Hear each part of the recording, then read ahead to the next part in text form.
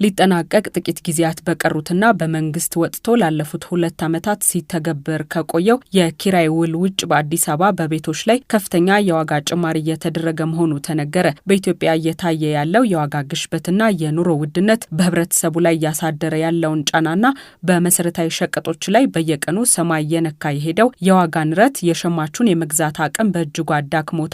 ለዚህም መፍትሄ ሊሰጠው ይገባል ሲል የኢትዮጵያ ሸማቾች መብት ተቆርቋሪ ድርጅት ተናግሯል።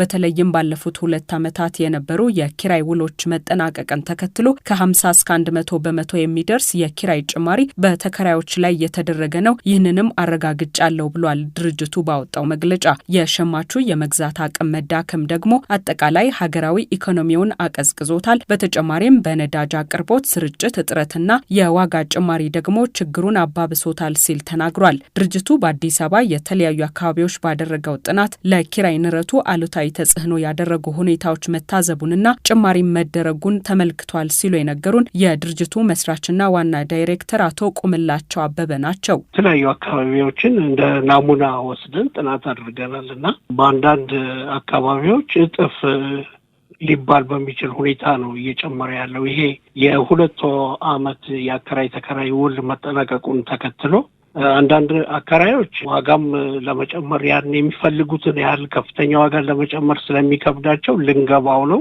ቤቱን ልቀቁልን ነው የሚሉት። አንዳንዶቹ ደግሞ ጭማሪውን በግልጽ ይናገራሉ። አሁን ይሄ የሆነው እንግዲህ ባለፉት 2 ዓመታት ውል የነበራቸው ሰዎች እስከ 12,000 ብር እስከ 10,000 ብር እስከ 9,000 ብር ይከራዩት የነበረ ቤት በእጥፍ ነው የጨመረው። ከፍተኛ የሆነ የዋጋ ጭማሪ ነው እየተከተለ ያለው። አብዛኛው ተከራይ ዝቅተኛ ገቢ ያለው በመሆኑ ካለው የኑሮ ውድነት ጋር ተደምሮ በተለይ የመኖሪያ ቤት ጉዳይ ከኢኮኖሚና የተረጋጋ ማህበረሰብ ከመገንባት አንጻር አስተዋጽኦ ስላለው ልዩ ትኩረት ይሻል፣ ማህበረሰቡ ላይም ምስቅልቅል እየፈጠረ ነው ሲሉ አቶ ቁምላቸው ተናግረዋል።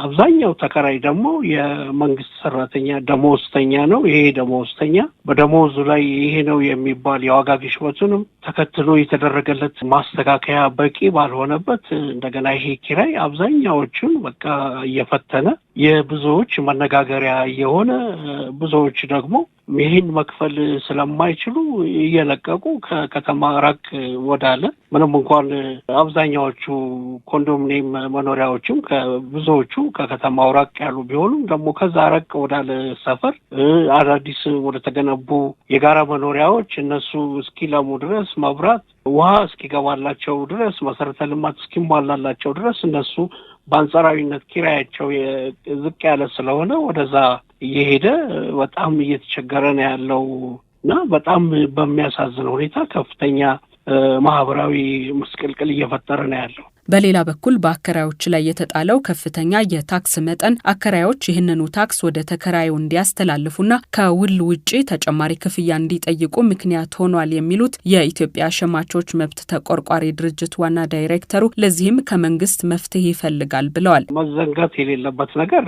አከራዮችም አንዳንድ አከራዮች ኑሯቸው ከኪራይ በሚያገኙት ገንዘብ የሚኖሩ አሉ። ቢጨምሩ ምንም የሚገርም ነገር የለውም። ግን ጭማሪው እጅግ የተጋነነ የሸማቹን የመግዛት አቅም ከግንዛቤ ውስጥ ያላስገባ፣ ሸማቹም እንደ አከራዩ ችግር ላይ እንዳለ ከግምት ውስጥ ያላስገባ በጣም ጭካኔ የተስተዋለበት ይሄ ድሮ የነበረን አንተ ትብስ እኔ ብስ ተባብሎ ተደጋግፎ የመኖር ማህበራዊ እሴታችንን የጣሰ ሆኖ ነው ያገኘሁት እና አይጨምሮ አይደለም ጭማሪው እጅግ የተጋነነ ነው። እንግዲህ 10,000 ብር ይከራይ የነበረ ቤት 20 ምናምን ሺህ ብር ሲገባ 10 ምናምን ሺህ ብር የነበረ ቤት 27,000 ብር ሲገባ 5,000 6,000 9,000 ሲከራይ የነበረ ስቱዲዮ 20,000 ብር ሲገባ ምንድነው? ምን ምክንያት ሊኖረው ይችላል? ስለሆነም መንግስትና የሚመለከታቸው አካላት የኑሮ ውድነቱን፣ የዋጋ ግሽበቱን፣ የነዳጅ ዋጋ ጭማሪውንና እጥረቱን በማዕቀፍ ለመፍታት እንዲያስችል ከዚህ በላይ የተቀናጀ ርብርብ እንዲያደርጉ ድርጅቱ አሳስቧል። የኢትዮጵያ ሸማቾች መብት ተቆርቋሪ ድርጅት የቤት ኪራይ ውድነትን ለመከላከል ይበጃሉ ያላቸውን መፍትሄዎች ማቅረቡንም ጠቅሷል። መንግስት በህገ መንግስቱ በተደነገገው መሰረት አቅም በፈቀደ መጠን ለሁሉም ኢትዮጵያውያን መኖሪያ ቤት እንዲኖራቸው እንዲኖራቸው የማድረግ የፖሊሲ ዓላማና ኃላፊነት አለበት ያለው ድርጅቱ